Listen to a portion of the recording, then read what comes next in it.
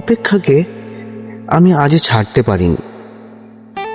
হ্যাঁ, অপেক্ষার কথাই বলছি। ভালোবাসার রক্তিম ধারালো স্নিগ্ধ ছোঁয়ায় এই হৃদয় থেকে এক এক করে ছেড়ে গেছে সব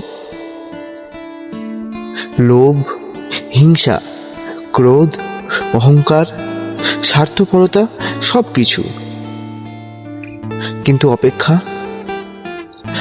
আমাকে আজও ছেড়ে দিতে পারেনি।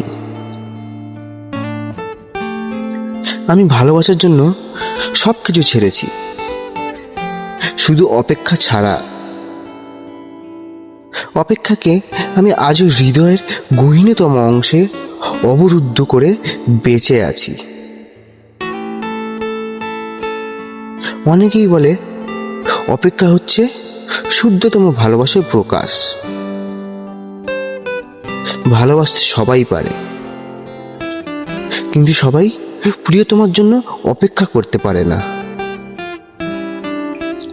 আসলে কি তাই?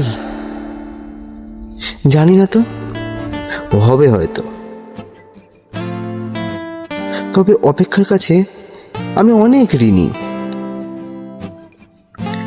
প্রিয়তমার জন্য অপেক্ষা আমাকে পাখির মতো সহজ হতে শিখিয়েছে, শিশুর মতো অনাবিল হতে শিখিয়েছে, আকাশের মতো বিলাস হতে শিখিয়েছে, ফুলের মতো স্নিগ্ধ সুন্দর হতে শিখিয়েছে। অপেক্ষা আমাকে সাগরের নীল জলরাশির মতো গভীর হতে শিখিয়েছে, প্রকৃতির মতো স্বচ্ছ হতে শিখিয়েছে,